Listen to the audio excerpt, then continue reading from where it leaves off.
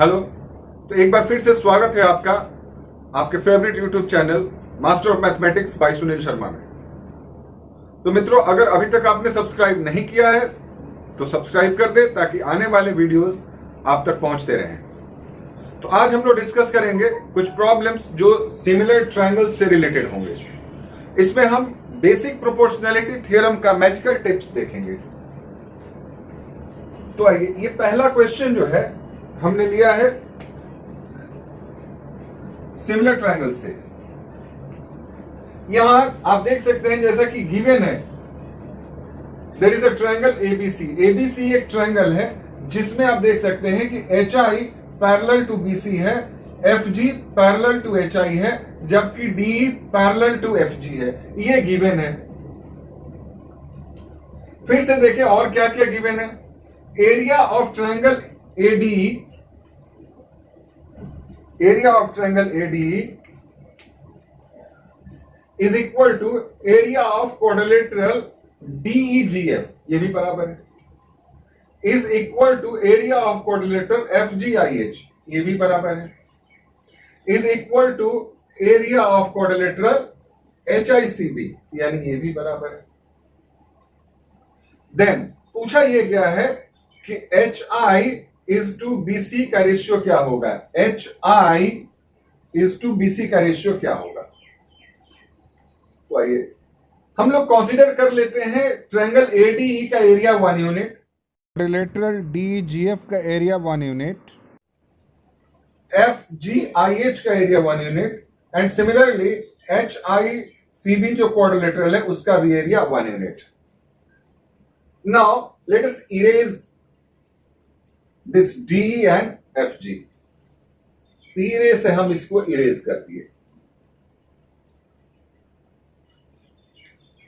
तो क्या दिख रहा है, अगर हम बात करें कि ट्रायंगल ए एच आई, ये चूंकि पैरेलल है तो कॉरेस्पॉन्डिंग एंगल्स इक्वल होंगे। तो ए एच आई का एरिया अगर हम देखें तो ये पूरा मिला करके 3 यूनिट है,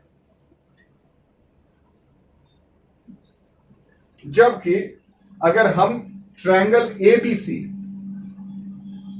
पूरा देखें तो इसका एरिया है 4 यूनिट।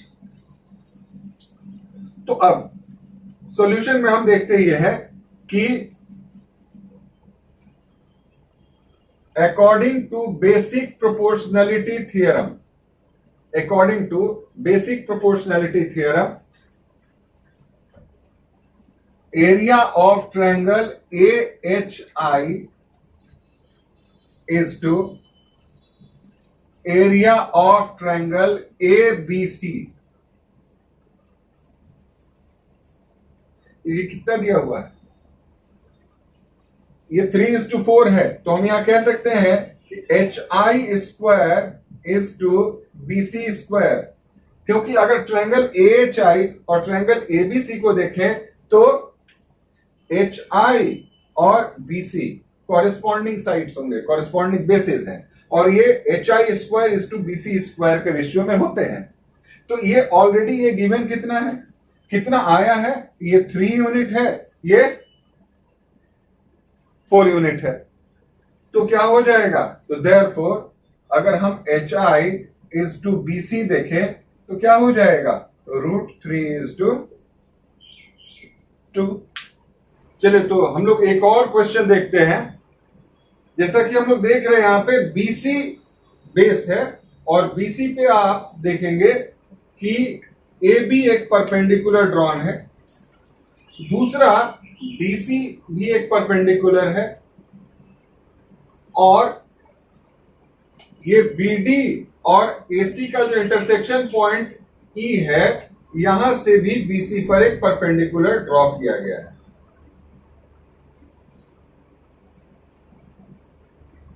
तो हम कह सकते हैं कि EF is parallel to CD is parallel to BA, यानी ये तीनों पैरेलल हैं। अब हम लोगों से पूछा गया है कि इनमें से कौन सा ऑप्शन सही है। अगर ऐसा सिचुएशन है, ए बी को हम लोगों ने पी ले रखा है, एफ को आर ले रखा है और डीसी का वैल्यू क्यू ले रखा है, तो इनमें से कौन सा ऑप्शन सही होगा? चलिए, तो कई बार खास करके कैट एग्जाम में हम लोग देखते हैं कि ऑप्शन बेस्ड क्वेश्चंस भी होते हैं जहां ऑप्शंस हमको काफी मदद करते हैं। एक्चुअली में ये बेसिक प्रोपोर्शनैलिटी थ्योरम का ही क्वेश्चन है। अगर हम थोड़ी देर के लिए इसको भूल जाएं तो अब अगर क्या देखेंगे हम लोग, since EF is parallel to DC, तो इसका मतलब है कि BEF, triangle BEF is similar to triangle BDC. तो जिसके नाते अगर हम यहां पे इसको चलो 2 यूनिट रख लेते हैं, 2 यूनिट रख लिए, इसको हम लोग 3 यूनिट मान लिए। इसका मतलब क्या है कि ये 2 इज टू इसका बेस 3, तो इसका परपेंडिकुलर भी 2 यूनिट, 2x, तो इसका पूरे का परपेंडिकुलर कितना? 3x। इसका मतलब केवल अगर हम FC का लेंथ देखेंगे तो क्या? x unit. चलिए वापस इसको हम मिला लेते हैं और इसको थोड़ी देर के लिए भूल जाते हैं हम लोग। सिमिलरली हम लोग कह सकते हैं since EF is parallel to AB, therefore triangle CEF is similar to triangle CAB। अब इन दोनों का बेस अगर हम EF और AB को ले लेते हैं तो इनका रेशियो क्या होगा? तो EF हम कह सकते हैं कि EF by AB is equal to क्या? CF by CB। तो CF बाई CB हम लोग क्या देख रहे हैं? ये है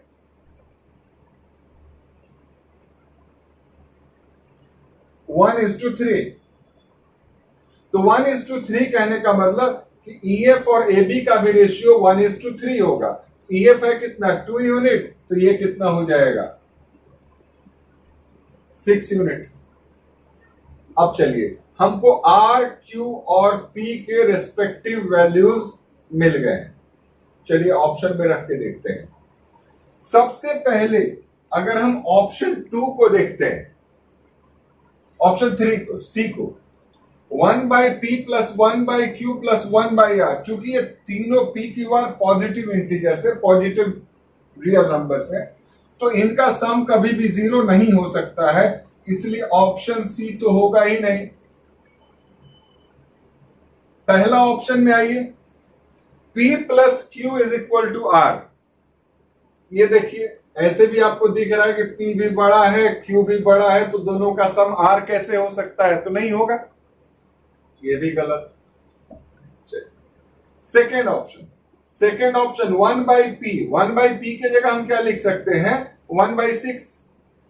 तो 1/6 मतलब क्या? 0.166 समथिंग। 1/Q के जगह क्या लिख सकते हैं? 1/3, 1/3 0.3333 समथिंग। अब दोनों को हम ऐड कर रहे हैं तो ये आता है 0.5। 0.5 का मतलब 1/2। देखिए R का वैल्यू 2 है, यानी ये ऑप्शन सही है, डी। देखिए P/2R, P के जगह पर क्या है? 6। 2R के जगह क्या? 4। ये 6/4 इज इक्वल टू 3, तो this is not equal to 3, यानी ये भी गलत है। तो हम फाइनली डिसाइड कर लिए कि ऑप्शन बी हमारा आंसर है और ये बहुत सही तरीका है। चलिए फिर हम लोग और प्रॉब्लम्स के साथ नेक्स्ट वीडियोस में मिलेंगे। तब तक के लिए धन्यवाद।